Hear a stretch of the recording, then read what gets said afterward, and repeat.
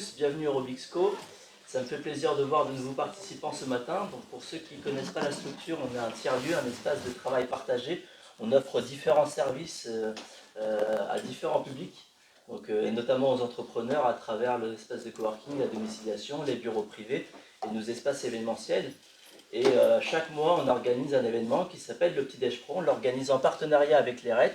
Et je vais laisser le soin à Maxime d'expliquer le format, parce qu'on a des nouveaux participants aujourd'hui, et aussi de présenter les RET et de présenter notre intervenant du jour et la thématique. Merci. Bonjour Maxime. Bonjour.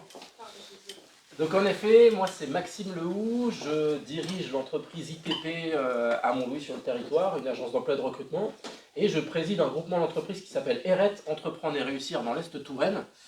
L'objectif de cette association, c'est de fédérer les chefs d'entreprise du territoire, donc sur Touraine-Est-Vallée, d'être un lien, un interlocuteur unique avec tous les organismes de collectivité du territoire, et agir sur des facteurs de développement de nos zones d'activité et des entreprises. Donc en effet, ce matin, Petit Déj Pro, l'idée c'est de proposer aux entreprises du territoire une thématique de gestion d'entreprise avec un expert du jour. Donc c'est une récurrence qui a lieu tous les premiers vendredis du mois dans les locaux du Robixco à Montlouis. Et donc la thématique ce matin avec Marc Reynaud-Delage de Mon Courtier Énergie. On va aborder une thématique sur les dérapages des budgets énergie. Gros sujet important par rapport aux entreprises. On voit s'envoler en fait les budgets électricité et gaz. Donc Marc va nous présenter un petit peu la situation, pourquoi on en est arrivé là, et essayer de nous donner des clés pour anticiper et agir sur ces budgets-là. Tout à fait. Le format, on est ensemble ce matin en présentiel au Robixco et sur Facebook Live, de 9h à 10h, avec Marc qui va dérouler sa thématique de 9h à 9h45, et on aura la possibilité d'intervenir avec lui, d'interagir avec lui un bon quart d'heure entre 9h45 et 10h. Alors je pense que même si vous avez une question entre-temps, on pourra se permettre de l'aborder, et puis on pourra couper un petit peu la présentation pour pouvoir répondre à votre problématique. Oui. La parole est Très à bien. toi maintenant. Eh ben, merci déjà messieurs pour votre invitation et merci pour ce format. Donc effectivement le sujet est complètement d'actualité, même si ça fait déjà plusieurs mois que les marchés de l'énergie, d'électricité et du gaz sont fortement mouvementés. Et l'idée est bien celle-ci, c'est de donner des clés de compréhension sur qu'est-ce qui s'est passé ces derniers mois sur les marchés de l'énergie, quelles répercussions ça peut avoir effectivement sur les budgets. On évoquera un petit peu des éléments de stratégie d'achat du coup.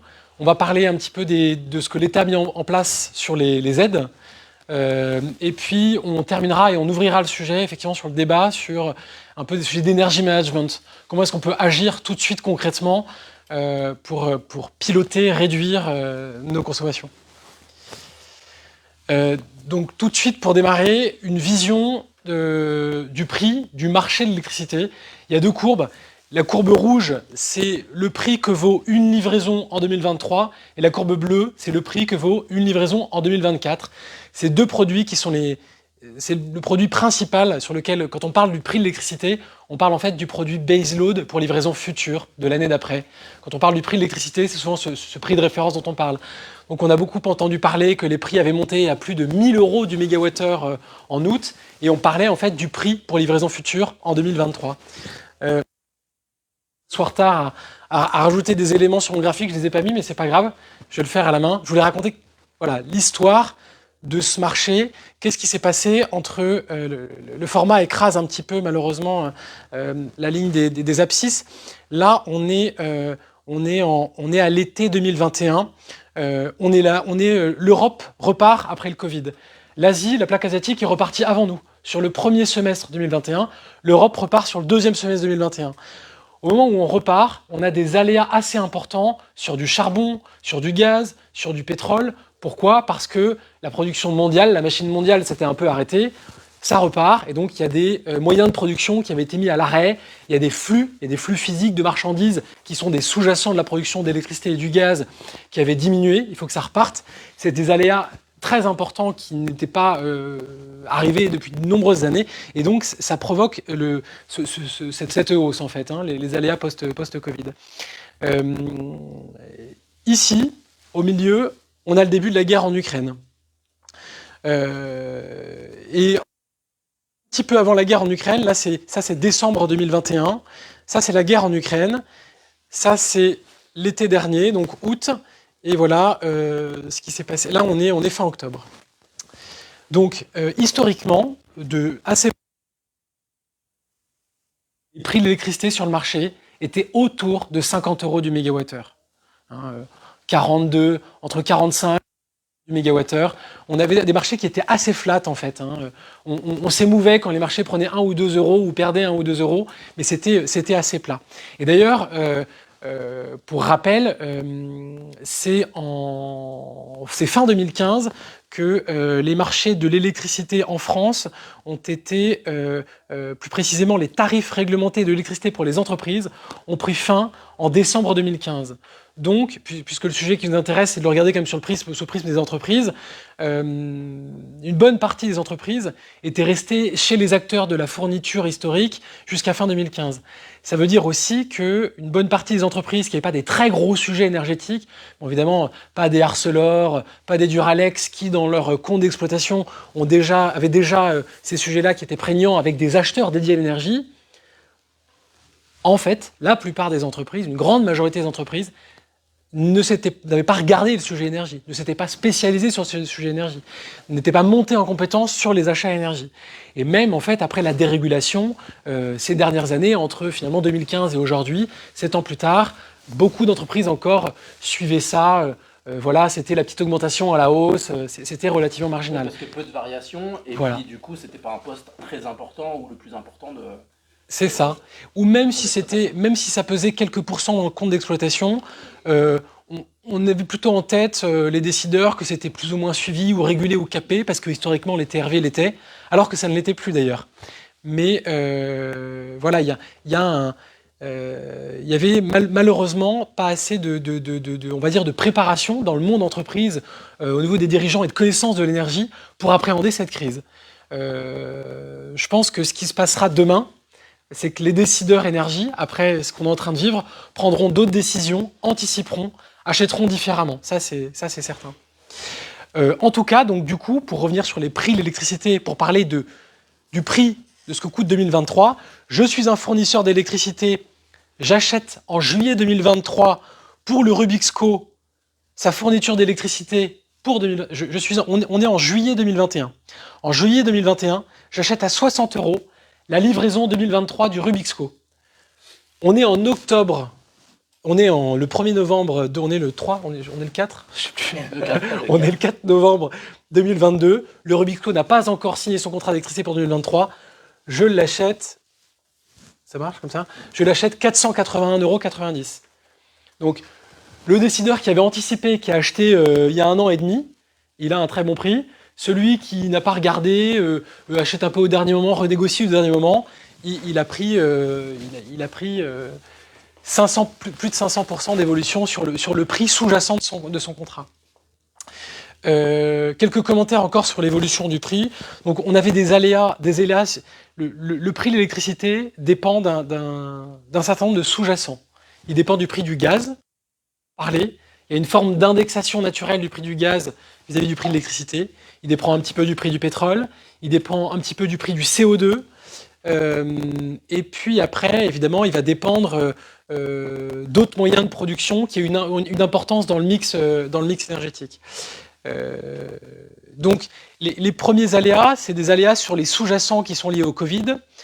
Là, dès fin 2021, autour de Noël 2021, on sait que les Russes jouaient déjà avec les vannes du gaz. Il y a des gens qui estiment que les Russes testaient, fin 2021, la réponse du marché à leur pouvoir de manivelle, quoi. Ils livraient, avant le début de la guerre en Ukraine, à peu près 40 à 45% de tout le gaz qui est consommé en Europe. Ce gaz est utilisé très majoritairement dans le chauffage, mais il y a 25% de la production d'électricité sur toute l'Europe qui est historiquement faite à partir d'un moyen gaz. Voilà. Et donc, il testait déjà un petit peu la réponse du marché. C'était autour aussi de l'histoire de la mise en service ou non mise en service de Nord Stream. C'était à l'époque où on n'était pas encore dans la guerre, où l'Allemagne, on avait terminé de relier ce deuxième très très gros pipeline qui s'appelle Nord Stream 2, qui avait livré du gaz au cœur de l'Allemagne, qui n'a jamais mis en service. Et l'Allemagne temporisait la mise en service de ce gazoduc, pas pipeline, pardon, le pipeline c'est pour le pétrole, notamment sous la houlette des États-Unis qui jouaient déjà à des jeux. Il n'est pas question que vous alliez, vous les Européens, vers plus de dépendance vis-à-vis des Russes dans le gaz. Je parle très rapidement des Américains. Les Américains ont certainement un rôle assez important dans ce conflit, dans cette guerre du gaz, parce qu'ils ont beaucoup agi en coulisses pour qu'on n'augmente pas notre dépendance vis-à-vis des Russes sur le gaz. On pourrait peut-être dire beaucoup plus de choses, on pourrait spéculer, aller beaucoup plus loin sur quel est le rôle des Américains dans la guerre, etc. Bon, c'est certain qu'il y a énormément de lobbying, énormément d'influence américaine via l'OTAN, mais aussi sur la sphère énergétique qui conduisent à ça.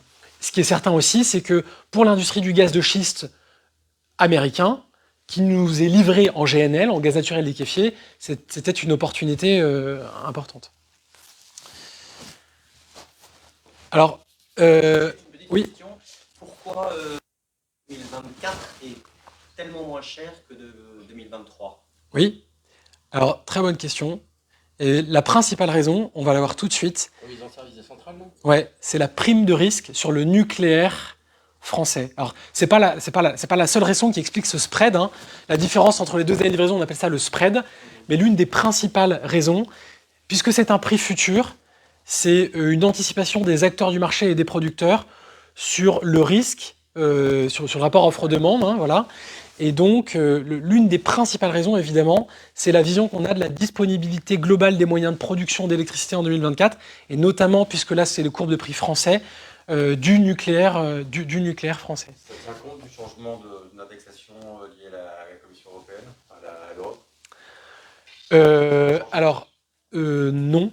Non, pourquoi ? Parce que c'est cette histoire de travailler sur le fait de désindexer le marché de l'électricité par rapport au marché du gaz, c'est quelque chose sur lequel l'Europe travaille ces derniers mois et sur lequel on n'a pas encore vraiment décidé grand-chose. Hein.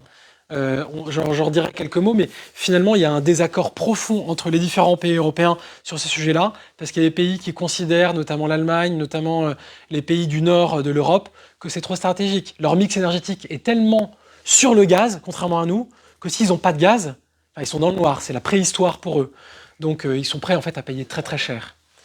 Voilà. Ils estiment qu'aller caper le prix du gaz détournerait des livraisons européennes le GNL ou même irait braquer Poutine et ferait peser un risque réel d'incapacité de remplissage des stocks du gaz pour l'hiver prochain, donc pour 2023-2024.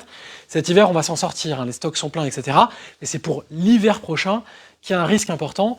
Et ces pays-là, dans ce contexte-là, disent si effectivement on met en place un cap prix du gaz, alors d'abord le gros producteur européen, la Norvège, qui livre, je ne voudrais pas dire une bêtise, quelque chose comme une vingtaine de pourcents de tout le gaz consommé en Europe, bah, eux, ils ne veulent pas qu'on capte leur gaz, hein, c'est leur principale ressource naturelle, c'est une ressource importante pour leur pays, ils ne voient pas très bien pourquoi est-ce qu'eux, ils seraient un peu punis.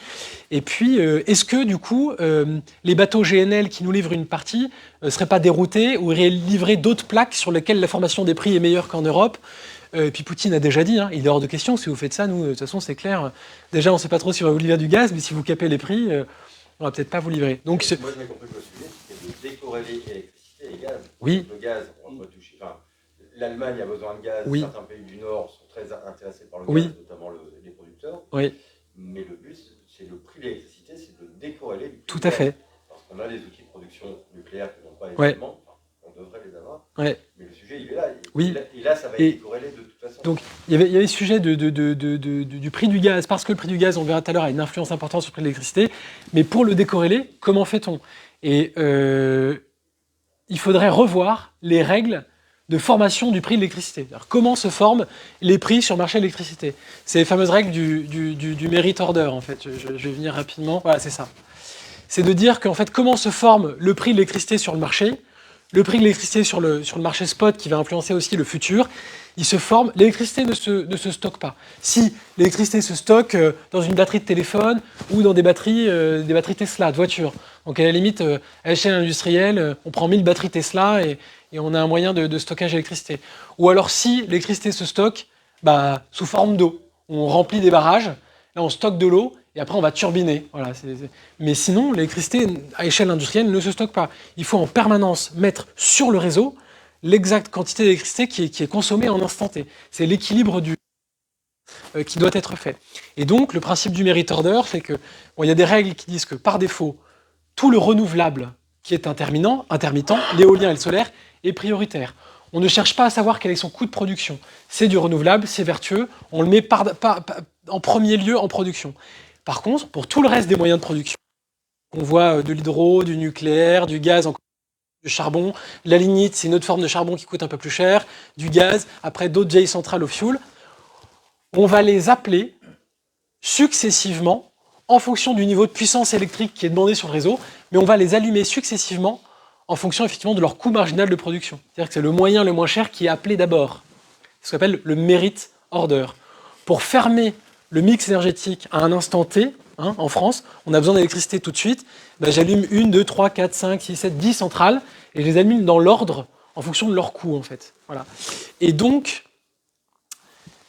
comme on a eu dès fin 2021 une réduction nous, assez significative du productible nucléaire, alors voilà, on a 56 réacteurs nucléaires en France.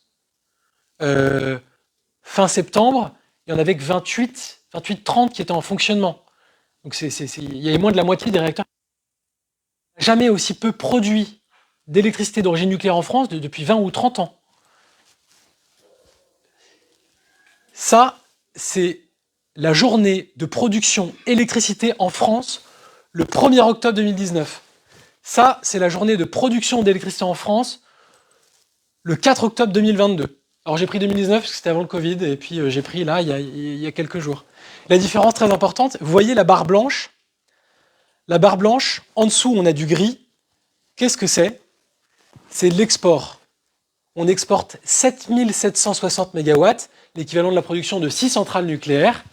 On l'exporte à cette date-là, le 1er octobre. La France était exportatrice nette de l'équivalent de la production de 6-7 centrales.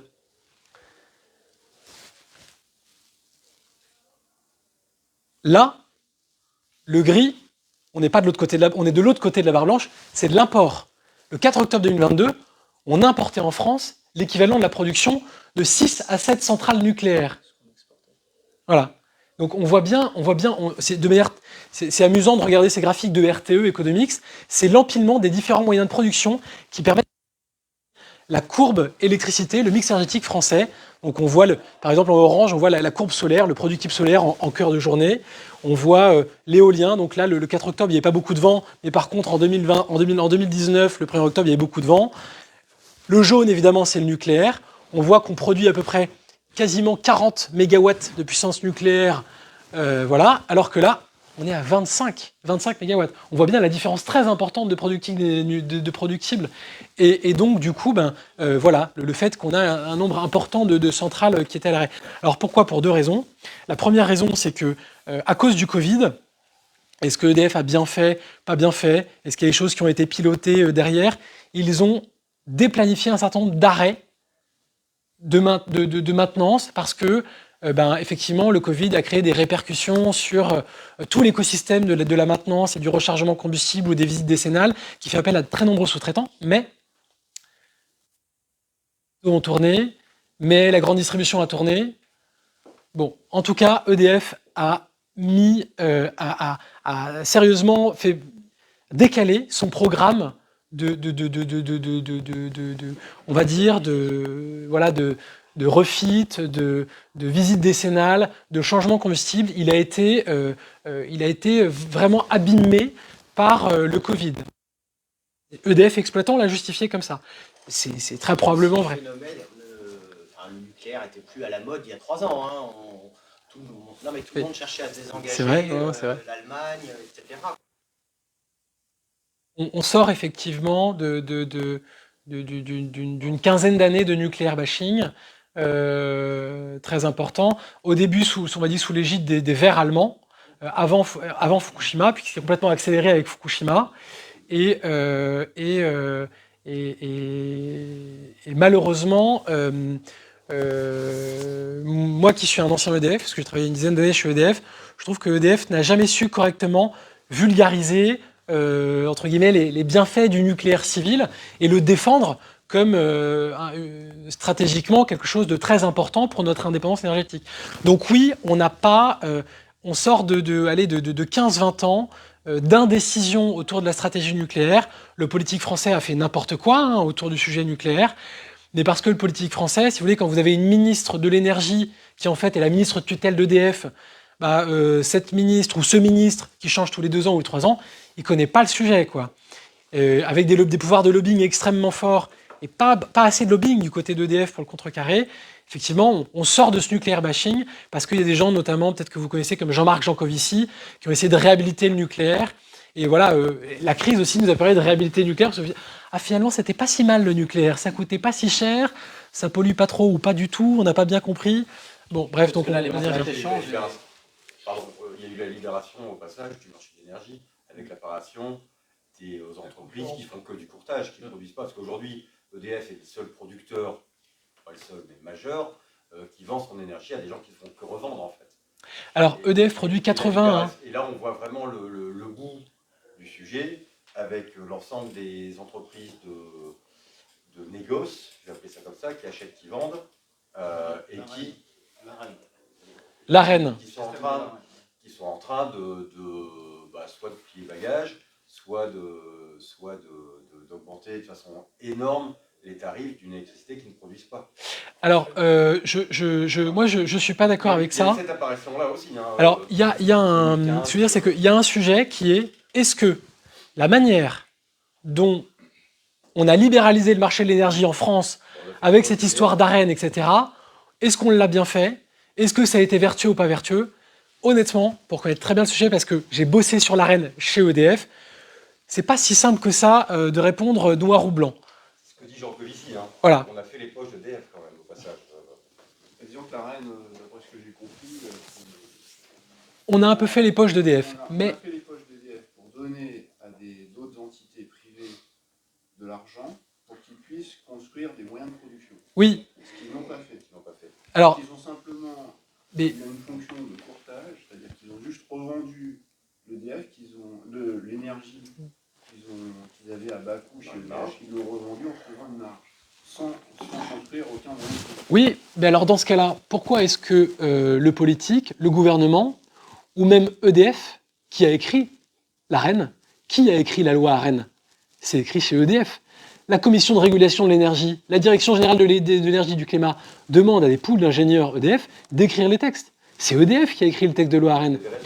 Pourquoi est-ce que dans ce cas-là, ils n'ont pas mis un certain nombre de garde-fous dans la loi en obligeant l'utilisation de cette manne financière en contrepartie sur les productibles? Ça n'a pas été fait. C'est comme l'histoire du photovoltaïque en France. Lorsqu'on a lancé, il y a une trentaine d'années, qu'on a vu fleurir sur tous les toits des bâtiments agricoles du panneau solaire, c'était que du panneau solaire chinois. C'était de la finance publique française qui finançait du panneau solaire chinois. Pourquoi on ne l'a pas assorti d'obligation d'installer du panneau solaire français? Oui, il y a des choses bêtes qui ont été faites. C'est certain que la manière dont la dérégulation a été faite, aujourd'hui, on voit bien que ça n'a pas été fait de manière vertueuse. Je dirais quand même qu'on n'avait pas le choix. La France est l'un des principaux pays qui a écrit le droit de la concurrence en Europe. On a participé à la construction européenne, on a participé de manière très proactive et on était l'un des leaders de la construction européenne et du marché unique. On ne pouvait pas dire on construit le marché unique, on construit le droit de la concurrence en Europe, on construit une économie libérale. Par contre, nous, on a un précaré, qui est l'une des plus gros parties de l'économie, c'est l'énergie. Nous, on se le garde. Ça, c'était pas possible. C'est ça l'histoire, en fait. Tous les autres pays européens libéralisaient leur énergie.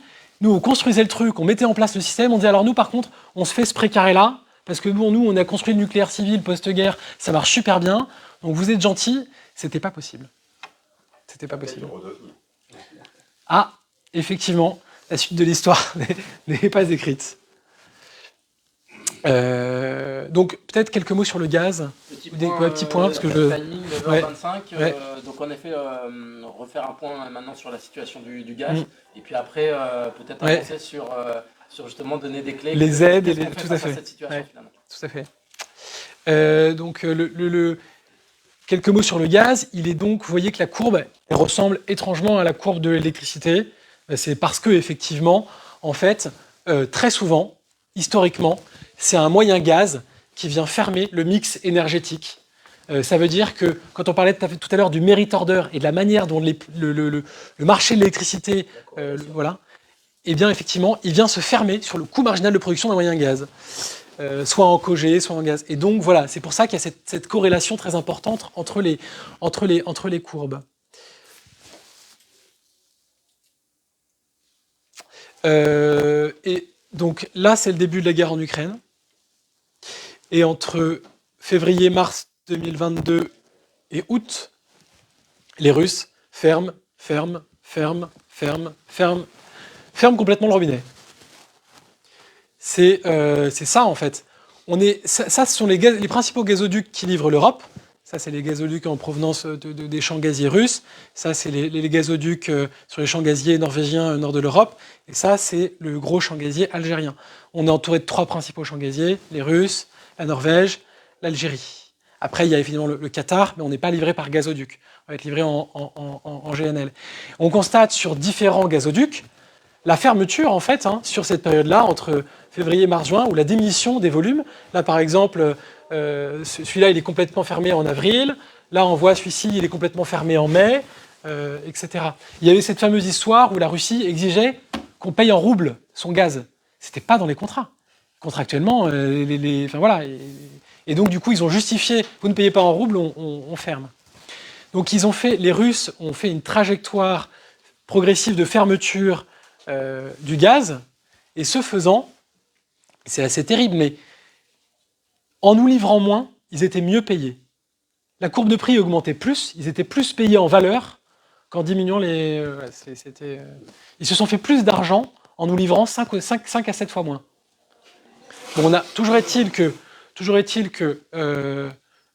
c'est aussi pour ça que l'Europe a été un peu longue à s'entendre et à avancer sur ce sujet, parce que la première chose qui a préoccupé les décideurs européens, mais maintenant c'est pour l'hiver prochain, c'était ok, si jamais ça ferme d'un coup, on est dans le noir cet hiver. C'était le premier truc. On aurait pu être dans le noir. Si les Russes avaient décidé ici, ok, les Européens sont non alignés, ils sont pas sympas, ils financent l'Ukraine, etc., on coupe tout. Aujourd'hui, on serait dans le noir. On n'aurait pas pu remplir les stocks de gaz. Je vous l'ai dit tout à l'heure, le gaz, c'est 25% de la production d'électricité européenne. Si les stocks n'étaient pas pleins, on serait dans le noir cet hiver. Là, on a entendu l'AIEA s'exprimer dans les médias hier ou avant-hier. Il disait, attention, les Européens, vous faites quoi pour l'hiver prochain ? Enfin, là, vous avez rempli vos stocks. C'est quoi votre stratégie avec la Russie ? C'est quoi votre stratégie de diversification pour l'Europe prochain ? Ça, c'est pas acquis.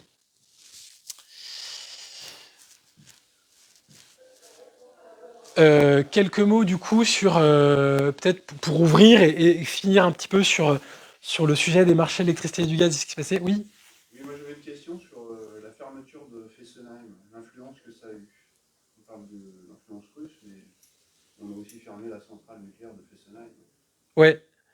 Bah écoutez, à premier ordre, c'est 2 réacteurs nucléaires, donc c'est quand même une puissance de 2200 MW sur le réseau qu'on a retiré du productible français. C'est très significatif. C'est un réacteur nucléaire, c'est 3 à 4 réacteurs gaz, cycle gaz. Donc déjà, on avait baissé notre productible, parce que Flamanville n'est pas encore en production, il va arriver en 2023, mais on avait baissé le niveau de production nucléaire. C'était de toute façon, c'est le réacteur qui est le plus proche de la frontière allemande, donc il a fait l'objet d'un lobbying extrêmement important des Allemands. Les Allemands considéraient que c'était trop proche de chez eux, etc.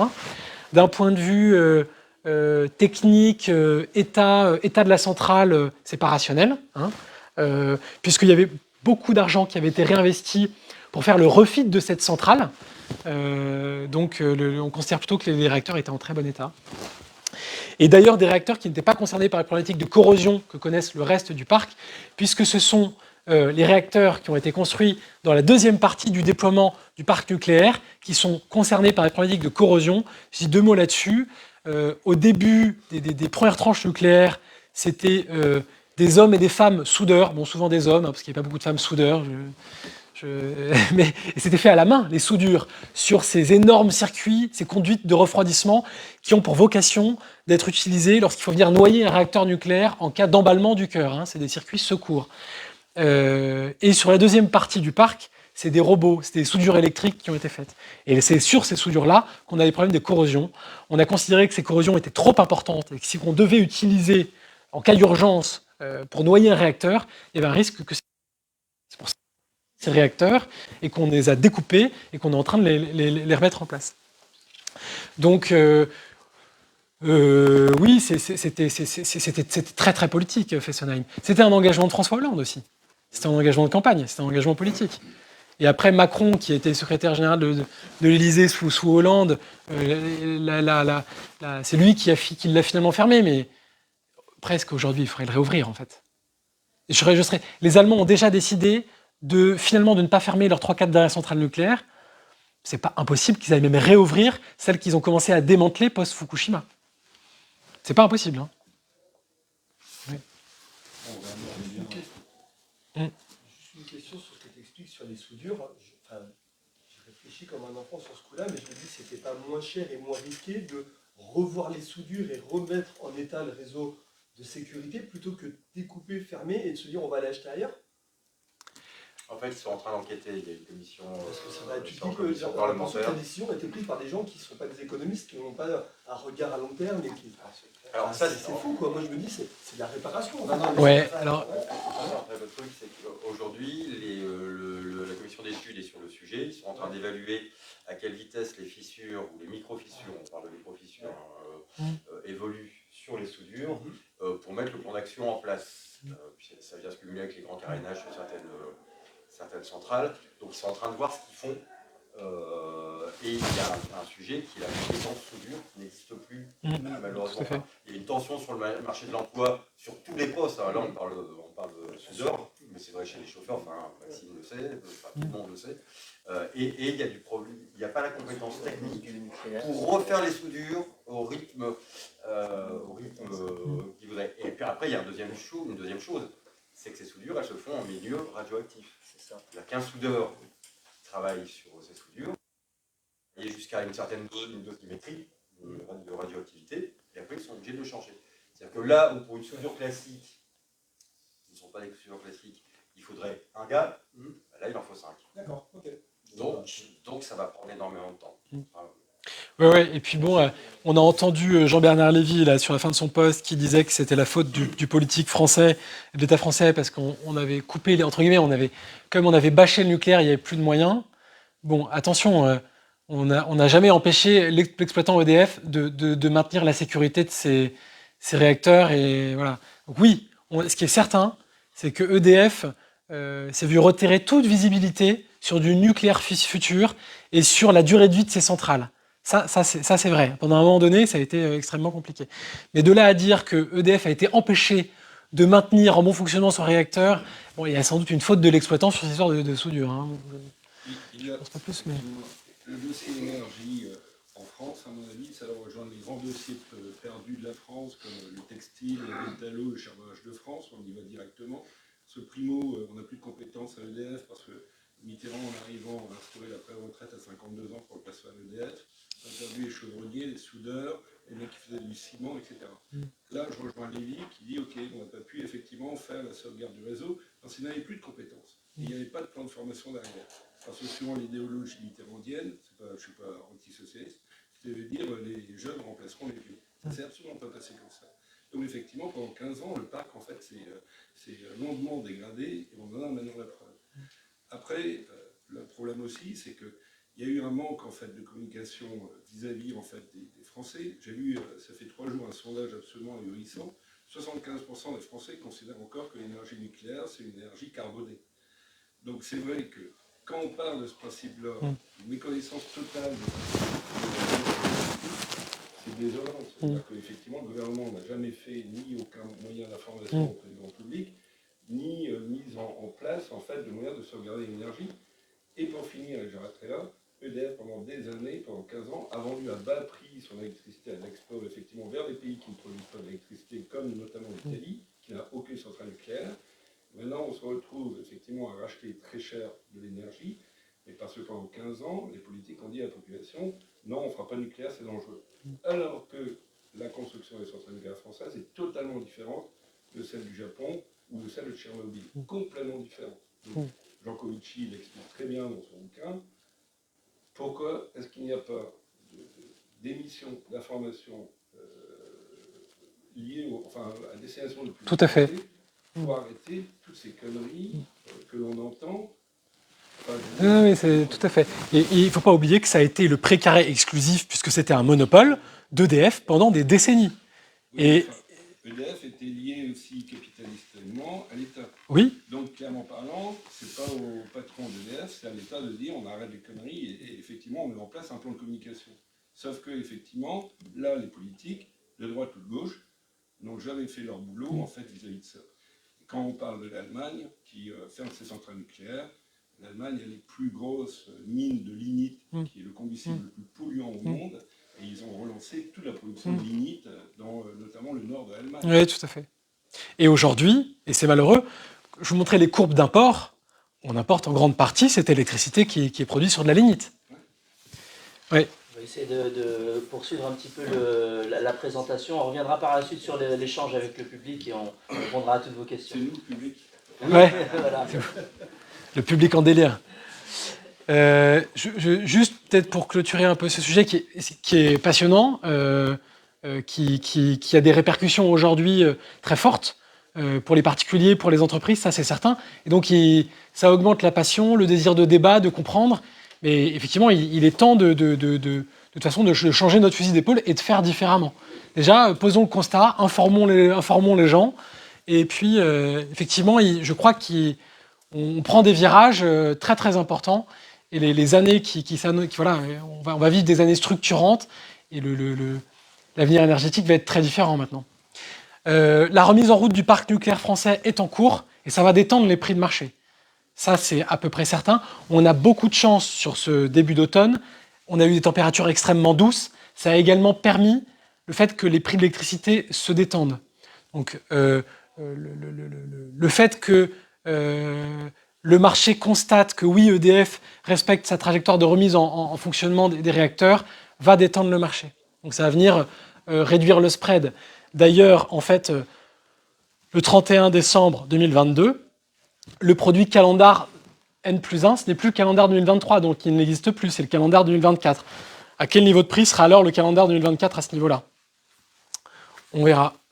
Par contre, effectivement, il y a un sujet, l'incertitude majeure, c'est qu'est-ce qu'on va réussir à faire avec les Russes et avec le gaz russe, parce qu'il a encore un poids extrêmement important sur l'influence du prix de l'électricité, et les Européens n'ont pas réussi à se mettre d'accord pour réviser ce merit order et les règles de mécanisme de prix. Donc ils ont avancé un premier sujet qui est de dire que la production renouvelable, éolien, solaire et la production nucléaire avaient un prix maximum capé à 180 € du mégawattheure. C'est pas forcément encore mis en place, on ne sait pas comment ça va marcher. Donc comme ça a une importance quand même significative dans les moyens de production, ça peut avoir des effets sur le prix, sur les différents prix européens. Mais ça reste assez marginal. Les Européens continuent de travailler en ce moment à qu'est-ce qu'on peut faire pour réviser les règles du merit order. Ils ne sont pas du tout d'accord parce qu'on n'a pas du tout les mêmes mix énergétiques. On est les seuls à avoir du nucléaire quasiment. Bon, c'est pas tout à fait vrai parce que les Belges ont encore quelques réacteurs, mais ils veulent les fermer. Les Allemands aussi. Les Allemands ont énormément de charbon. Les pays du Nord, ils ont énormément d'hydraulique, qui turbinent. Donc on a des intérêts divergents sur la valorisation de notre mix parce qu'on n'a pas les mêmes mix énergétiques. C'est notamment pour ces raisons-là qu'on ne s'entend pas sur des futures règles de prix de marché. Mais on n'aura pas le choix. Le risque sur l'économie européenne, bon, oui, les Allemands ont pu mettre 200 milliards d'euros sur la table pour financer notamment en partie la facture d'électricité. Et nous, l'enveloppe qui va être annoncée, c'est plutôt 7 milliards d'euros. On voit que déjà qu'on n'a pas les mêmes moyens. Puis la planche à billets, à un moment donné, elle a tourné tout le Covid. On est en période d'inflation. On voit bien que ça marche plus très bien, quoi. La filière nucléaire française amorce un renouveau parce que ça y est, Le nucléaire est réhabilité, hein, on voit il était réhabilité, mais ça va prendre combien de temps? Ça va prendre 10 ans en fait. Excuse-moi, mais d'après ce que j'ai entendu, le nucléaire a une visibilité de 10 ans. C'est ce qu'a dit notre président Emmanuel Macron. Une visibilité de 10 ans pour le nucléaire, c'est pas beaucoup. Ah, c'est très peu? C'est rien. C'est rien, ouais. Un réacteur nucléaire aujourd'hui, c'est 60 ans de durée de vie. 50, 60. Minimum sur les EPR. Probablement qu'ils pourront même être étendus à plus. Donc 10 ans, c'est une visibilité très courte. Voilà, c'est juste ce que je voulais dire. Effectivement. La visibilité qu'on a sur le nucléaire et ce qui engendre beaucoup de choses derrière. Par exemple, on parlait de l'emploi. Comment voulez-vous motiver quelqu'un à travailler dans le nucléaire quand on lui dit on n'a pas de visibilité au-delà de 10 ans? Oui, et en fait, on voit bien que lorsqu'au lendemain du premier choc pétrolier, on fait le choix de construire le parc nucléaire au début des années 70, en fait, on avait une politique à 40 ou 50 ans. Ça y est, c'est fini. Et maintenant, on fait quoi? Donc là, le nouveau nucléaire qu'on va produire, toutes les unités qui vont être mises en fonctionnement, il y a 5 ou 8 réacteurs supplémentaires qui vont être construits notamment sur des sites existants. Pareil, c'est quand même des moyens de production qui ont une durée de 50 ans, donc on se redonne de la visibilité. Mais ça ne suffit pas. On n'a pas terminé l'exercice de cette politique du mix énergétique français sur cette vision longue, et donc c'est une nécessité, vous avez raison. Il va falloir aller plus loin. En tout cas, on rentre dans une période trouble, parce que même si on remet en route le parc nucléaire français, le parc nucléaire qu'on remet en route, il y a une bonne partie de centrales qui sont en fin de vie, qui sont à 5 ou 10 ans de la fin de vie. Qu'est-ce qu'on fait? Par ailleurs, si en parallèle de ça, moi je l'ai entendu chez des directeurs d'exploration gazière chez Total, c'est la fin du gaz en Europe. Le pire du scénario, c'est qu'en fait, on est réconciliable avec les Russes. Les Russes, finalement, nous livrent quasiment plus et ils développent très très rapidement des gazoducs avec l'Inde, avec la Chine, etc. En fait, globalement, on va sortir du gaz parce qu'on ne va pas sourcer sur le marché l'équivalent en GNL. D'abord, pour commencer, si les Russes demain coupent les vannes, il n'y a peut-être pas assez de GNL liquide au niveau mondial pour nous livrer. Et puis, de toute façon, il n'y a pas du tout suffisamment d'infrastructures de regazéification. Ça marche pas. C'est pareil, il faudrait 4 ou 5 ans de plan industriel pour construire une cinquantaine de terminaux de regazéification en Europe pour que ça marche. Enfin, donc ça, c'est pas possible. Donc on voit bien que même si l'Europe a la possibilité assez rapidement de réaffirmer son indépendance énergétique sur la production d'électricité, il y a quand même ce sujet gaz qui pèse dessus de manière importante, sur lequel on n'est pas sorti d'affaire. Je parle de la production d'électricité. Et par ailleurs, tous les usages gaz, si le gaz est en danger et qu'on ne s'entend pas avec la Russie et qu'on ne trouve pas une issue, tous les usages gaz sont en danger. Une bonne partie du chauffage et tous les process industriels sur le gaz. Ça aussi, ce problème-là est assez grave. Et finalement, pour l'instant, on n'a fait un peu que repousser le problème. Hein, on a fait que repousser le problème. Alors oui, l'Europe a mis en place un plan qui s'appelle Renew. Il y a un plan qui est censé aboutir en 2027 d'indépendance énergétique de l'Europe. On est censé effectivement considérablement, en 5 ans, réduire notre dépendance énergétique à la Russie. Mais ça va prendre 5 ans. Donc non, les sujets, c'est pour l'année prochaine et pour l'année d'après. Ouais. Je vais te dire sur le gaz, pourquoi le gaz est indexé à l'électricité? Parce qu'en fait, de mon point de vue, travaillant sur le sujet, le problème c'est qu'on a des variations de puissance sur le réseau, liées à notre consommation. Des variations de l'ordre de 15 à 20% par jour. On a des variations de 15 à 20% par jour de notre consommation. On doit adapter la production à notre consommation. D'accord? Le nucléaire ne fait pas de variation de puissance. C'est une base. En fait. Donc, contrairement à ce que disait Jean-Marc ici, le nucléaire est pilotable. Eh bien non, il n'est pas pilotable. C'est une énergie de base, un socle. Donc ce qui fait la variation, c'est on compense ces variations par produire de l'électricité avec du gaz. Et l'hydro, hein.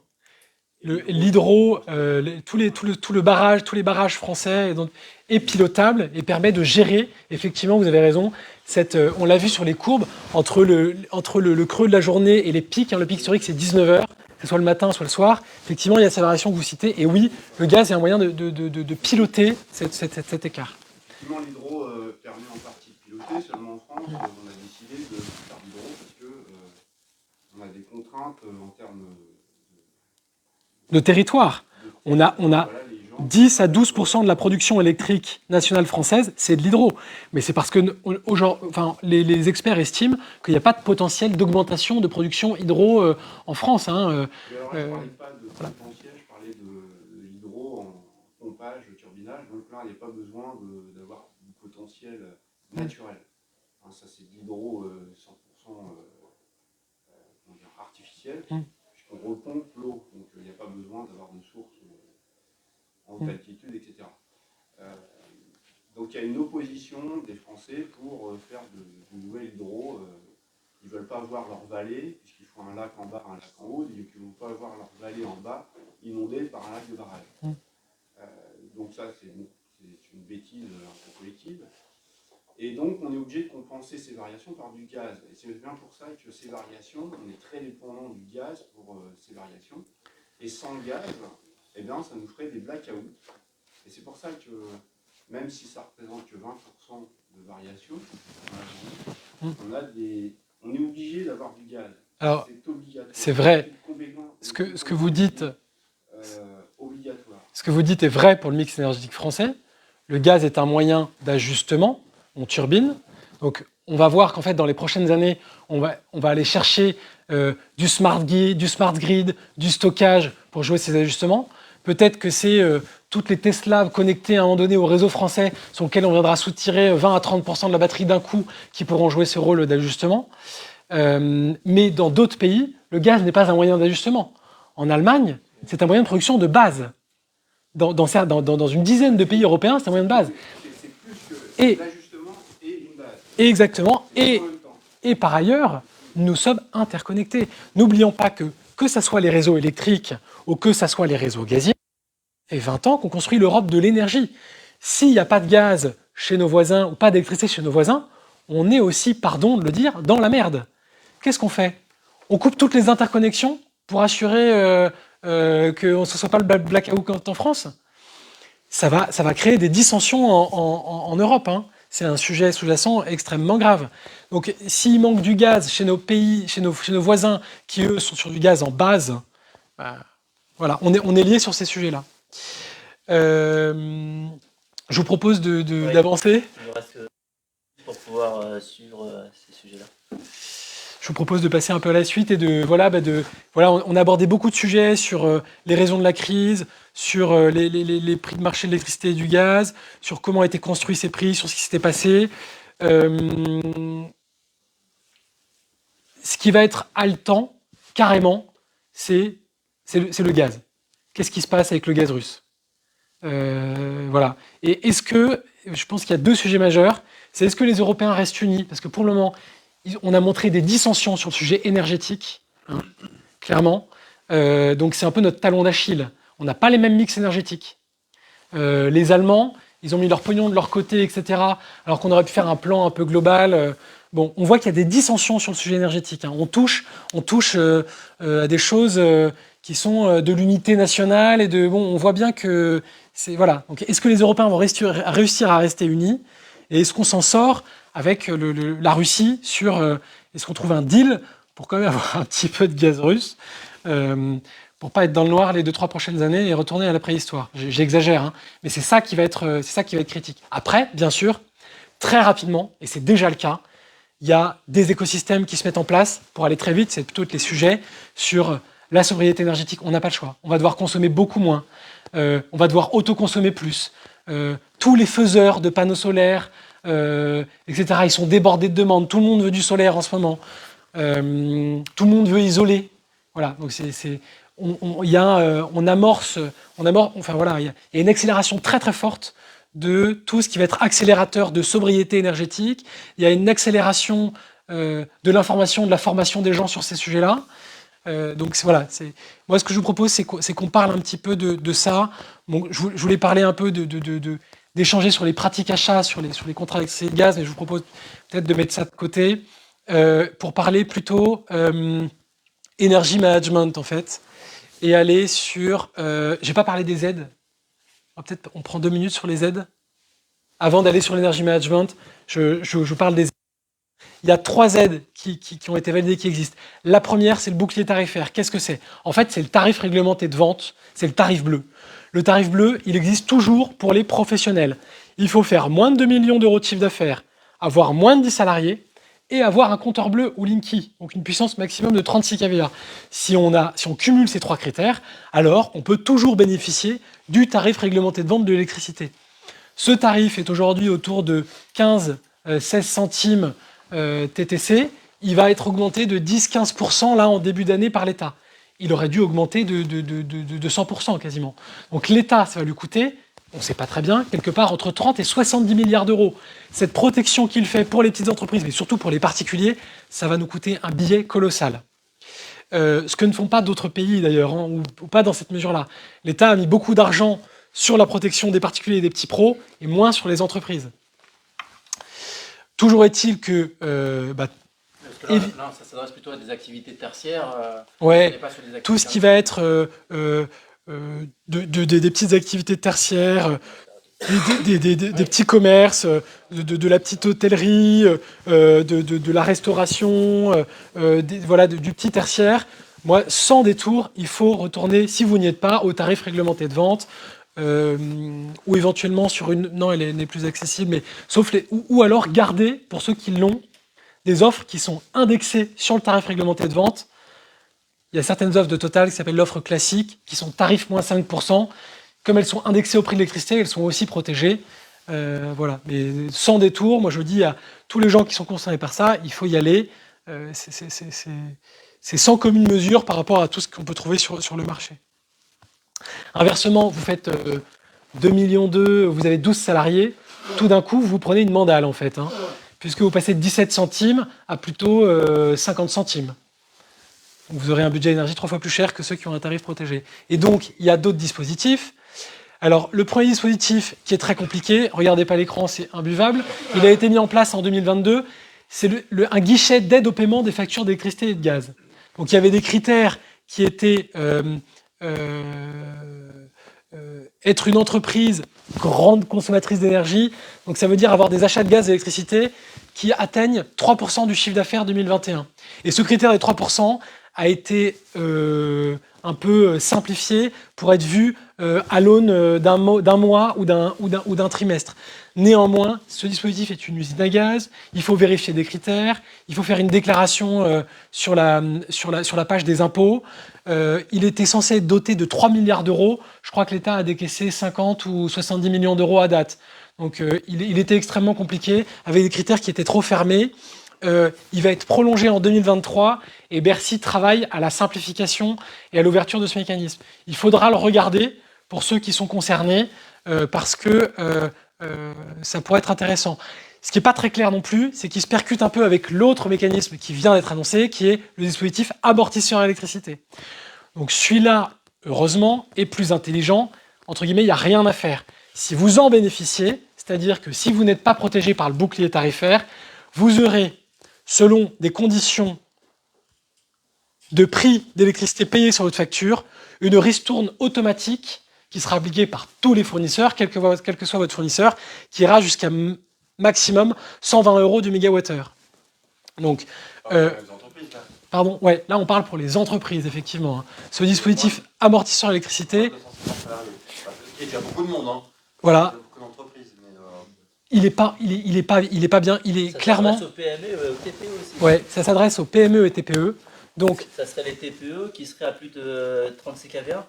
Les TPE qui vont bénéficier du bouclier tarifaire n'y auront pas le droit, puisque de toute façon, elles auront déjà un prix très très correct. C'est uniquement celles qui ne bénéficieront pas du bouclier tarifaire qui pourront disposer du dispositif amortisseur électricité si elles ont un prix cher.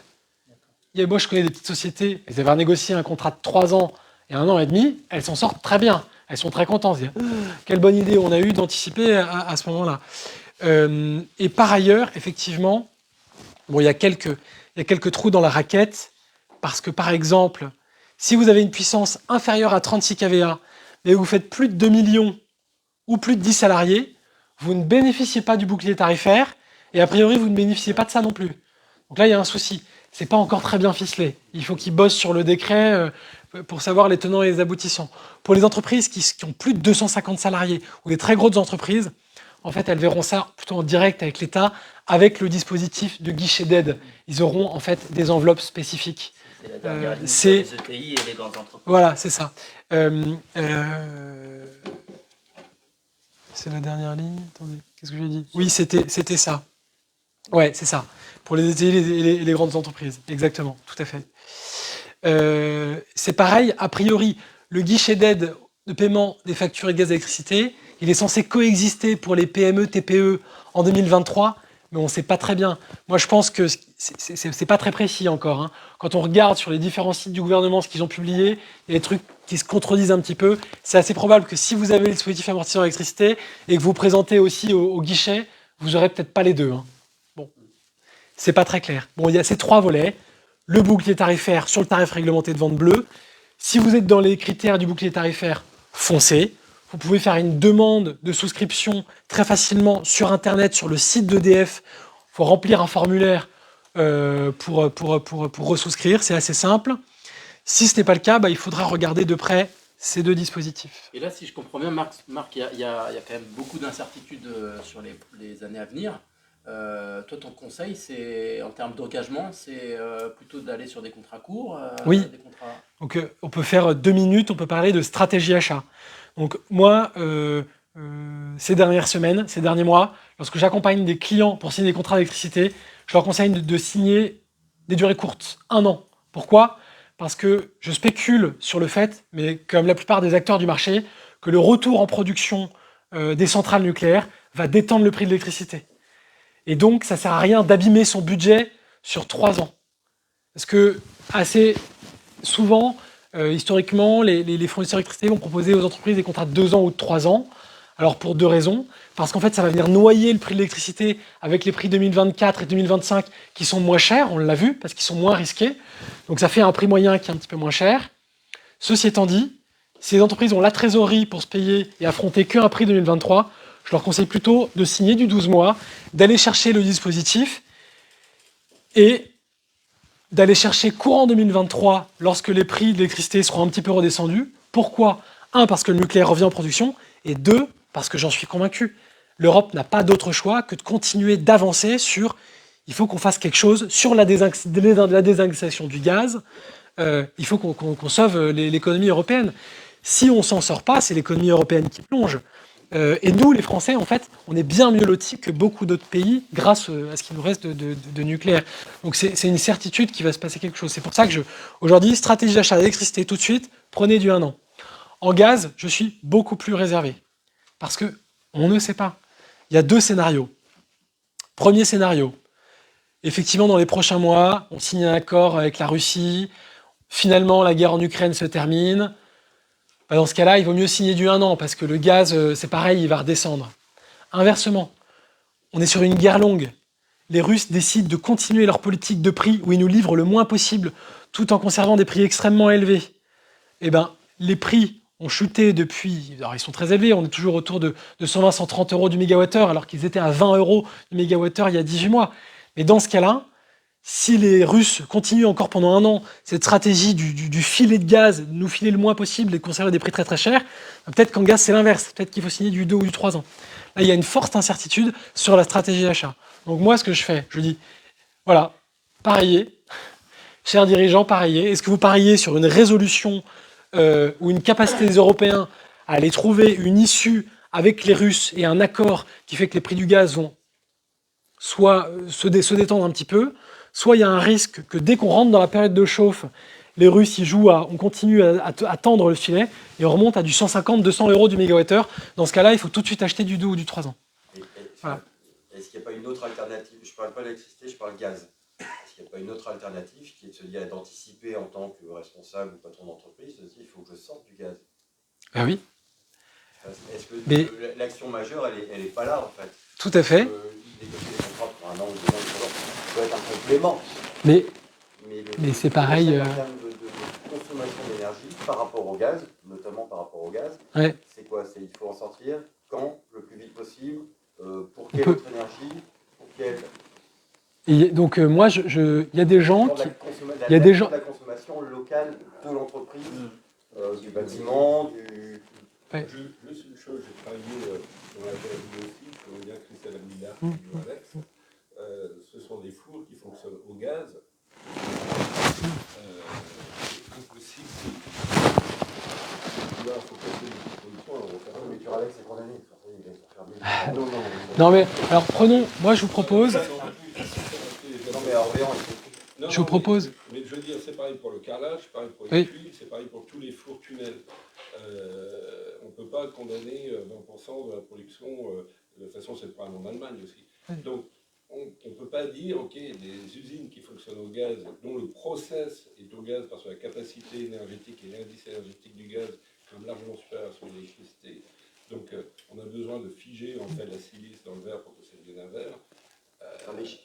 moi je parlais plus d'entreprises. Oui, mais je vous propose de répondre... Enfin, j'ai des éléments de réponse à la question. Ouais.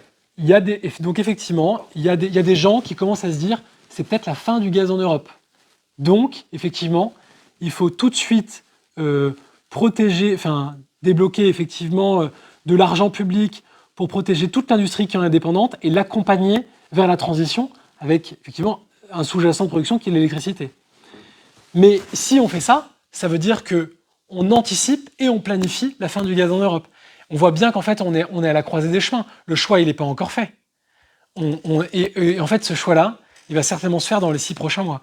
On n'a pas vraiment le choix. Est-ce qu'on trouve une issue à cette crise et effectivement, on va réussir encore sur les 10-20 prochaines années à ressourcer dans des conditions après correctes du gaz?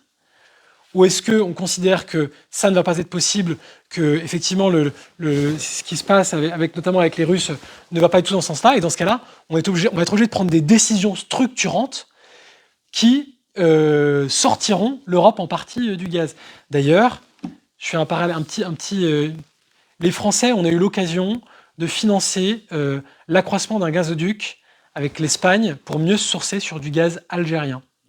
Ça fait plusieurs années que la France bloque ce projet d'accroissement des livraisons du gaz français via l'Algérie, le Maroc, l'Espagne et donc la France.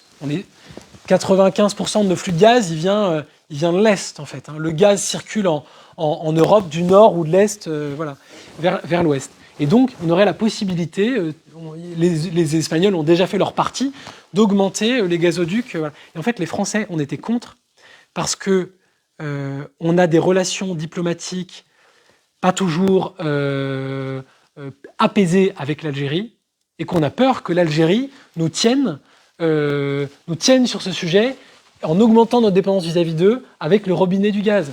C'est le même sujet que la Russie, en fait. Donc, voilà. Donc, pour terminer cette discussion, je dirais, c'est pareil, prenons l'exemple d'un particulier qui, il y a 5 ou 10 ans, a changé sa chaudière à gaz et qui a mis un billet à 3 000 € dans une chaudière à gaz à condensation. Là, le gaz, normalement, mi-juin, mi-juillet 2023, il n'y a plus de tarifs réglementés de vente du gaz pour les particuliers. Pouf! Mon budget gaz pour ma maison passe de 2 000 à 5 000 € par an. C'est un peu fiction, mais ça peut se passer. Qu'est-ce que je fais Qu'est-ce que je fais de ma chaudière? Je passe au granulé, je repasse au tout électrique. C'est la même décision qu'un industriel qui doit changer son outil de production. Donc je prends l'exemple pour simplifier, il y a une maison en fait. Est-ce que je passe en pompe à chaleur? Eh bien, je ramène tout cela à... je pense qu'on est à la croisée des chemins et que dans quelques mois, l'Europe va devoir faire un choix en fonction des événements géopolitiques et de nos capacités. Et de la décarbonation également. Et de la décarbonation, tout à fait. Ça devient un sujet de plus en plus... il y a la géopolitique, mais il y a aussi l'aspect climatique qui devient... Bien sûr. Ça va être dur d'expliquer qu'on lutte contre le réchauffement et qu'on continue à sponsoriser le fossile. Oui. À un moment, ça va clasher. Moi, je voulais revenir sur l'aspect effectivement, le choix des entreprises pour repasser du gaz à l'électricité. Et finalement, si l'entreprise fait le choix de l'électricité, comme un cours par exemple, ça va lui demander des investissements importants pour changer son outil de production. Il aura besoin d'une visibilité de beaucoup plus que 10 ans, parce que c'est pareil, un four tunnel d'une entreprise importante, c'est plus que 10 ans. Il y a un amortissement important. Bah oui, c'est plutôt 30, 40 ans. Enfin, voilà, c'est un peu, on revient un peu dans la même problématique de petite production nucléaire. On est dans ces ordres de grandeur. Ce qu'on évoque ne pourrait marcher qu'avec un plan Marshall de l'énergie pour assurer la transition industrielle de tonnes de boîtes, hein, c'est certain. Donc, voilà, donc 10 ans, pour moi, c'est une bêtise collective de dire on a une visibilité sur 10 ans. 10 ans, c'est trop court, c'est rien. Oui, on le disait tout à l'heure. Maintenant, pour passer du gaz à l'électricité, donc le gaz, ok, c'est tendu, on est dépendant du gaz. Mais si on passe à l'électricité, du coup, on va tendre le marché de l'électricité. Donc du coup, l'effet va être démultiplié, reporté sur l'électricité qui, elle-même, va donc du coup risque d'augmenter encore plus. C'est certain. Du coup, dans cette mouvance, l'entreprise ne peut pas avoir de vision et de planning. Donc nous sommes, de mon point de vue, dans une bêtise collective qui n'aboutit à une solution zéro. C'est-à-dire que on n'a pas de solution pour des entreprises long terme, donc il n'y a pas de solution pour un outil de production de 40 ans, il n'y a pas de solution pour des fours de 40 ans, il n'y a pas de solution, donc est-ce que la question que je pose... Les entreprises vont pas être toutes seules. Il faut espérer que le politique et qu'au niveau européen, il va y avoir une... C'est pour ça que je soulignais le risque de désunion. Moi, j'espère beaucoup que l'Europe va rester unie sur ce sujet, soit parce qu'on va réussir à sécuriser encore du gaz sur une durée qu'on estime pertinente, soit pour accompagner cette transition, et pas les entreprises toutes seules. Je suis d'accord avec vous sur les échelles de temps. Après, la première chose à faire, tout n'est pas acheté et tout ne va pas si mal se passer que ça. Il faut d'abord prendre conscience de ce qui se passe. On est sur le temps de l'information, de la compréhension. Et après, effectivement, on est un peu à la croisée des chemins. Il y a des décisions qui vont être prises. Et de toute façon, collectivement, on va pas se regarder s'effondrer ensemble. Donc on va trouver des solutions. Il faut espérer que les gens les plus dépendants sur ces process, on puisse les accompagner et on puisse... voilà, enfin moi Le problème, c'est que l'Allemagne aujourd'hui qui fait cavalier seul, qui avait besoin de gaz russe pour vendre des produits en Chine, aujourd'hui, effectivement, Olaf Scholz, il va en Chine tout seul, il décide 200 millions d'euros pour son propre pays. Il n'y a pas de couple franco-allemand qui va tout. Poutine vise là-dessus aussi. C'est certain que Poutine, je sais pas ce qu'il y a en tête de cet homme, je le garderai bien d'essayer d'imaginer ce qu'il y a dans sa tête, mais malheureusement, je le disais, moi je constate plutôt une dissension européenne sur ces sujets-là, alors qu'il faut espérer l'inverse pour qu'on s'en sorte. Voilà. Bon, en tout cas, moi je vous propose de parler rapidement quelques minutes, parce qu'on est déjà un timing à respecter. On est déjà over timing, mais peut-être pour ouvrir, moi je dirais deux choses, c'est que il n'est pas encore venu le temps de la décision industrielle ou individuelle de « je change mon outil de production, change mon investissement ». C'est trop tôt parce que l'environnement géopolitique, il est pas en place. Mais il faut à minima être maintenant un peu sachant, informé et être capable de le regarder. Il faut, tous les dirigeants, une bonne partie ne le faisaient pas avant, maintenant ils doivent le faire et doivent suivre à maille mensuelle ou minimum trimestrielle les prix de l'électricité et du gaz. Un dirigeant doit savoir après où est-ce qu'il en est. Pourquoi ? Parce que du coup, il va pouvoir peut-être anticiper et se dire, bon voilà, ça va me faire tant de budget, je décide maintenant d'acheter mon année future. Voilà, il y a ça aussi. Et puis, bien sûr, le sujet majeur qui monte très fort et qui pousse, c'est qu'est-ce que je peux faire du coup de mon côté ? Quels sont mes leviers d'action ? Les leviers d'action, est-ce que je connais ma consommation d'électricité ? Combien de chefs d'entreprise avec lesquels je discute, qui ne connaissent même pas leur consommation d'électricité ou leur consommation de gaz exactement. Combien de directeurs techniques ou de directeurs achats avec lesquels je discute ont des outils de pilotage de leur bâtiment, ne les utilisent pas. Le premier sujet, c'est celui-ci. Combien je consomme? Quels sont mes usages? Quel est le détail de mes usages? Quel est le poids de mes usages dans ma consommation de gaz, dans ma consommation d'électricité? Qu'est-ce qui est pilotable? Qu'est-ce qui n'est pas pilotable? Qu'est-ce qui est acceptable en termes de température, de confort?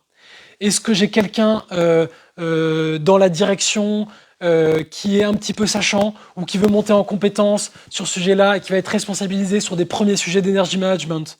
Est-ce que je me paye sur un petit billet à 500 euros, à 1000 euros, un petit outil de pilotage d'énergie management où je vais sortir des tableaux de bord, où je vais regarder combien je consomme, où je vais me fixer un objectif de réduction de 5-10%, parce que je vais baisser de 2 degrés ma température dans mes ateliers, que je vais acheter une belle doudoune floquée à tous mes employés. Alors bien sûr, ça c'est très schématisé, et très exagéré, mais ça se fait beaucoup, hein, ceci étant dit.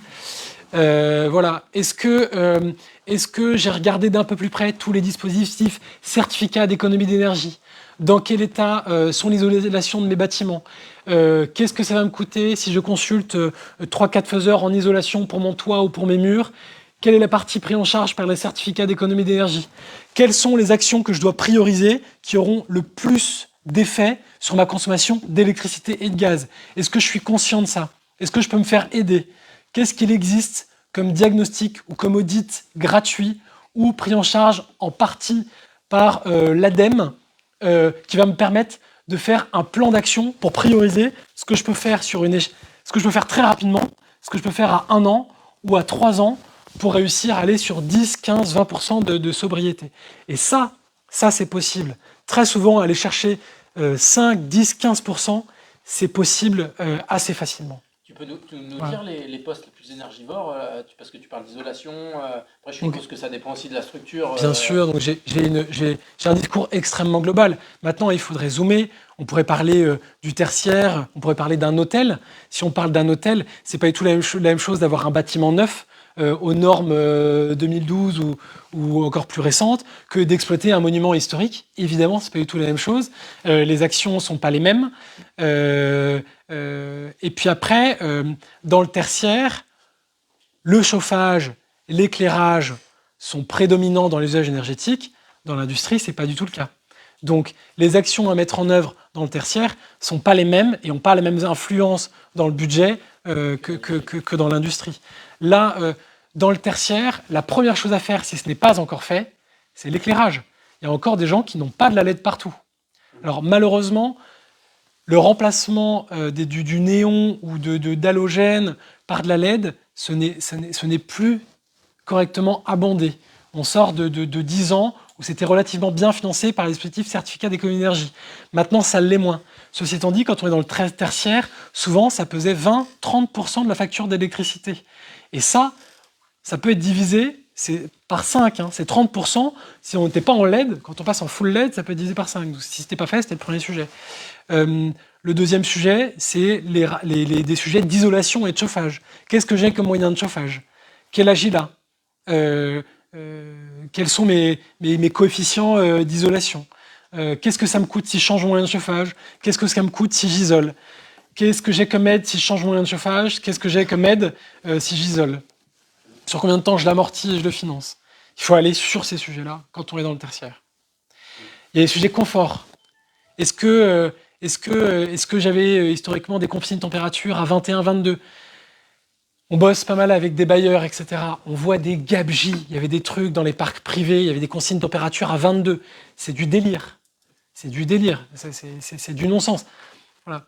Et donc, quand on prend, juste pour avoir un peu vécu en Allemagne, enfin 1 an, 1 an et demi, en Allemagne, ils chauffent à 24-25. Ils vont arrêter, je vous le dis. L'Allemagne est la première à reconnaître que depuis 1 mois et demi, effectivement, le gouvernement allemand dit aux Allemands chauffez moins. Ça reste à 24. Allez faire un tour à Londres, prenez un B&B à Londres, vous avez toujours les fenêtres à guillotine, ils chauffent toujours à 24-25 et il y a la moitié qui part par les fenêtres à guillotine qui ne sont absolument pas. Donc il y a un ensemble d'économies à faire au niveau européen absolument énorme, énorme. Est-ce que quelqu'un l'évoque? J'ai rien entendu. C'est un peu comme les comportements sur le développement durable ou sur le tri. Nos enfants, ils l'apprennent à l'école, etc. Et les générations un peu plus âgées, parfois, ont du mal, parce que ça leur génère une contrainte sur leur comportement historique. Et pourtant, c'est sans doute de prix fortes qui vont nous amener à changer nos comportements. Donc moi, je crois que on risque quand même, là, on parle de hausse de prix qui vont tuer des entreprises. Hein. Bon, il y avait les PGE. Finalement, le régime de prix inacceptable n'est pas en place en France. On en parle, mais il n'est pas encore en place. Il sera en place au 1er janvier 2023. Sur les défaillances d'entreprises en France. Donc les défaillances, on va les voir, au premier semestre 2023. Ça a déjà commencé, mais ce régime de prix inacceptable n'est pas encore en place. Hein. J'ai juste une question en termes de pratique, d'habitude des uns et des autres. Moi, je suis née avec le premier choc pétrolier. Et je veux dire, on avait à la télé en permanence des choses qui nous disaient économiser l'énergie. Moi, c'est un message que j'ai en tête. Après, mes parents aussi m'ont dit fais attention. J'ai du mal à concevoir que les générations d'après, moi, je sais pas, moi j'ai 51 ans, j'entends parler d'énergie depuis 51 ans, quoi. C'est pas Versailles. Oui, non, mais... Je suis d'accord avec toi, Sophie. Et moi aussi, mes parents me poursuivaient pour que j'éteigne la lumière et je poursuis mes enfants pour qu'ils éteignent la lumière. Il n'y a pas de... Ceci étant dit, on voit ces phénomènes-là de jeunes qui courent sur les façades pour aller éteindre les lumières des façades. Bon, bah, c'est un truc aberrant. On pourrait structurer des équipes qui feraient des amendes que là-dessus. Ils récolteraient suffisamment d'argent pour payer les équipes. Quoi. Enfin, j'exagère, mais on pourrait aller beaucoup plus loin sur la pénalisation. Oui, mais dans ce cas-là, on est sur des habitudes qui ne sont pas forcément les habitudes des particuliers. On est sur des habitudes par rapport à ce que vous avez sur la température dans les maisons. Moi, je sais, j'avais une maman qui chauffait beaucoup. Hein, tout le temps froid, donc elle chauffait beaucoup. Mais je veux dire, on est sur effectivement plus des choses sociales, mais sociétales en fait. Oui, sociétales, tout à fait. Mais la crise... Est-ce que les villes, il faut les allumer pendant la nuit? Est-ce qu'il faut faire des trucs jolis? Etc. On voit bien que les sujets RSE, développement durable, ont commencé à monter très fort au début des années 2000. 2008, on a la crise des subprimes. Il n'y a plus une boîte qui a parlé RSE, développement durable, au début des années 2010. Hein. Les sujets, ils étaient sous l'eau. Bon, on a une crise énergétique sans précédent qui est bien plus grave que les chocs pétroliers.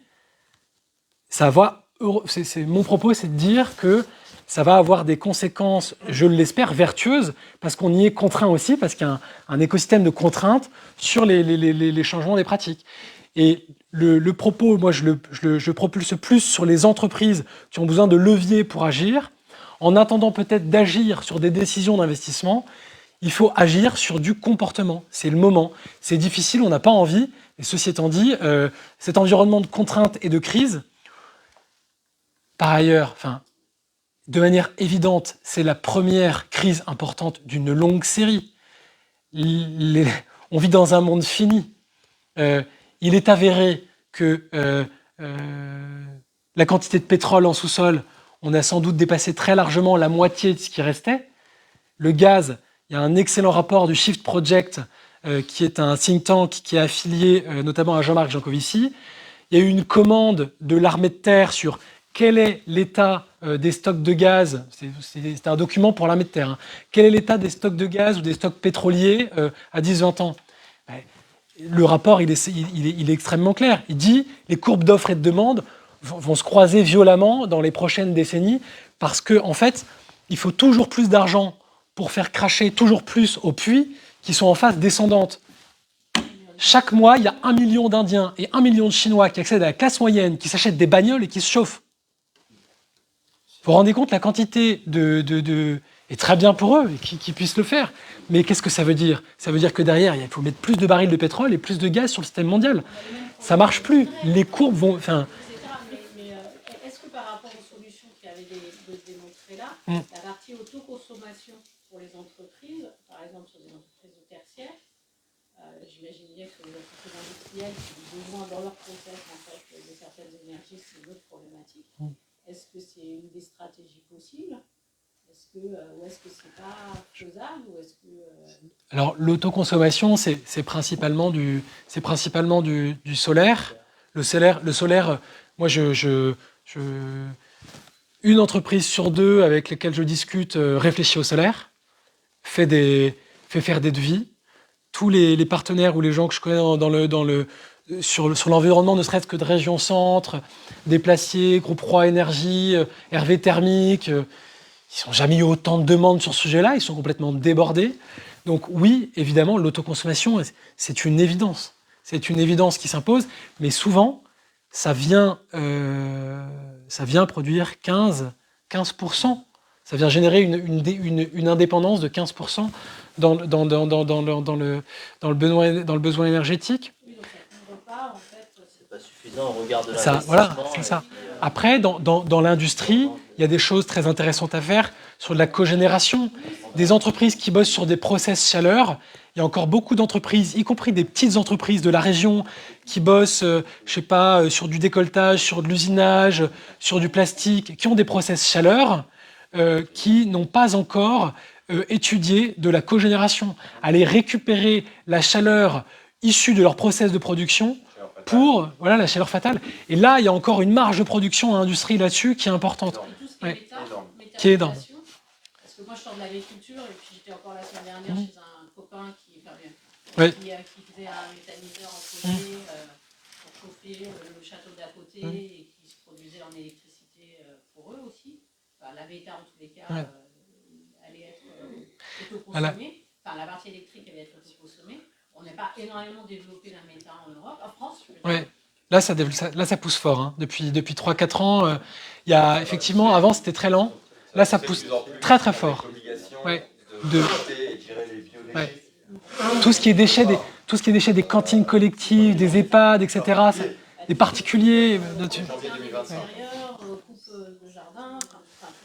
Donc, tout l'environnement de la méthanisation monte très fort. C'était très lent, parce que c'était très réglementé, parce qu'avant de mettre en place une unité de méthanisation, il faut sécuriser tous les intrants. C'est-à-dire qu'il faut avoir des contrats pour sécuriser tout ce qu'on va mettre dans le méthanisation. C'est très long, en fait. Hein. On est très largement. On est au hors sujet. J'ai juste une dernière question, et puis après on pourra continuer les échanges, soit autour d'un café, et puis peut-être aussi Marc reste à votre disposition pour parler. Si je comprends bien, et pour résumer, je reviens en fait, j'avais deux inquiétudes de mes industriels. C'était de dire, on parlait aussi des micro-coupures là cet hiver. Ah oui. Finalement, d'après ce que tu dis, il y a le stock nécessaire et a priori on ne parle pas de micro-coupures sur 2022, à voir ce qui va se passer en 2023. Donc si tu peux dire juste quelques mots, parce qu'on a des industriels où des micro-coupures pourraient vraiment engendrer un impact sur leur production. Et le dernier sujet, c'est la hausse. La hausse est tellement forte que finalement ça va mettre en péril leur rentabilité sur l'exploitation de 2022-2023. Alors, si pour refaire, donc, premièrement, il y a 15 ans, les industriels qui avaient des risques critiques sur leur production en micro-coupures étaient tous équipés de groupes électrogènes. La qualité de la production et de la maîtrise de l'équilibre offre-demande fait qu'on avait considérablement réduit ces dernières années les micro-coupures. Néanmoins, elles existaient. On a tous en mémoire ces dernières années quelques coupures d'électricité. Les industriels les vivaient aussi. Donc, est-ce que le risque est un petit peu supérieur cette année aux années précédentes? Et surtout, ce n'est pas des risques de micro-coupures, mais de coupures un peu plus longues, parce que les micro-coupures, ça peut arriver. Le risque qui pourrait arriver, pour l'instant, il n'existe pas parce qu'on est dans un régime d'hiver qui est l'automne est extrêmement doux. Si on a un hiver un peu rigoureux, il y a un risque d'y avoir une occurrence de coupures longues, peut-être un peu plus important que les années passées. Pourquoi? À cause du déficit de production nucléaire. Voilà, qui nous oblige à aller récupérer, on l'a vu, en import, beaucoup de production. Donc, oui, ce risque. Là, pour faire face à ça, c'est quoi ton... Donc il y a effectivement... C'est les groupes électrogènes. Peut-être. En tout cas, ce qui est certain, c'est que dans les scénarios, si on prend 3 scénarios, un scénario cool, un scénario médium et un scénario pas bon, le scénario cool, c'est un hiver... Alors est-ce que c'est un scénario cool parce que ça veut dire que c'est le dérèglement climatique maximum, mais un hiver très doux, il n'y aura pas de souci. Un hiver normal, on va s'en sortir à peu près. Le scénario pas cool, c'est un hiver tendu, un hiver plutôt froid. Là, effectivement, si le scénario de remise en production des centrales nucléaires françaises pourrait ne pas suffire et il pourrait y avoir des phénomènes de délestage et des coupures longues telles qu'on n'en a pas connues ces 10 dernières années. Là, malheureusement, il faut que chaque industriel réfléchisse à quels sont les impacts d'une coupure longue, plus de 2, 3, 4 heures sur mon productible, qu'est-ce que ça coûte, qu'est-ce que je perds, quels sont les process de remise en route quand l'électricité revient, est-ce que j'ai un vieux groupe que je décide de réhabiliter, est-ce que je fais venir un électricien pour effectivement consacrer un petit groupe sur une dérive électrique, sur une petite partie de ma production pour sauver ce qu'il y a à sauver, pour maintenir en température un four, etc. Donc, oui, effectivement, on peut réfléchir à ces questions-là. Néanmoins, bon, vu d'aujourd'hui, le risque est plutôt relativement faible. Okay. Voilà. Sur les budgets, bon, ça reboucle tout ce qu'on a dit tout à l'heure. Ça ne concerne pas que les industriels. Hein. Tout l'écosystème tourangeau, le tourisme, l'agriculture, l'élevage, la petite industrie, des gens qui étaient sur des maraîchers, des gens qui faisaient du concombre, qui faisaient de la tomate, il y en a qui ont arrêté, hein, qui ont fermé leur boîte d'ores et déjà. Leur business model, il est tombé, c'est fini. Il y a d'autres business models qui vont tomber. Donc effectivement, il y a une question de résilience. Qu'est-ce qui est acceptable? Qu'est-ce qui passe dans mon budget? Qu'est-ce qui passe dans ma trajectoire budgétaire sur 2023? Est-ce que la première chose, c'est est-ce que tous ces gens-là ont fait un travail de prévision budgétaire correct? La première chose à faire, c'est quelle est ma vision budgétaire 2023? C'est le moment. Tout le monde bosse sur son budget 2023. Est-ce que, oui ou non, vous avez une bonne vision de votre budget électricité et gaz 2023? Est-ce que vous l'avez projeté sur votre... Voilà. Est-ce que ça passe? Est-ce que ça passe pas? Est-ce que vous avez fait le choix de vous dire, ça passe pas, mais je pourris un petit peu mon année 2023 parce que je pense qu'effectivement, en 2024, ça va le faire? Ou est-ce que vous signez plutôt un contrat un peu moins cher sur 3 ans, mais vous pourrissez le... Voilà. Est-ce que le premier travail à faire, c'est ce travail budgétaire déjà? Je commencerai par ça. Les clés, c'est ça, voilà. C'est avoir connaissance de sa consommation, piloter, avoir une réflexion des achats sur les énergies. Voilà. Et puis peut-être aussi en termes d'énergie management, c'est aussi impliquer les collaborateurs dans une démarche de sobriété. C'est un métier obligatoire qui va devoir émerger. C'est une compétence qui doit émerger. C'est une compétence qui existe dans les grandes entreprises. Voilà. C'est une compétence qui doit émerger très vite sur le tissu PME, TPE. Okay. Ouais. Voilà. Marc, merci beaucoup, c'était passionnant. Merci on a largement passionnant. Le timing. C'est la première fois que ça nous arrive sur un des petits déj. Ouais, je suis désolé. Et qu'il y ait un échange avec le public qui soit aussi riche. On vous remercie toutes et tous pour cette matinée. On a encore du café et des viennoiseries pour celles et ceux qui souhaiteraient poursuivre les échanges. Et on vous remercie et on vous dit au mois prochain.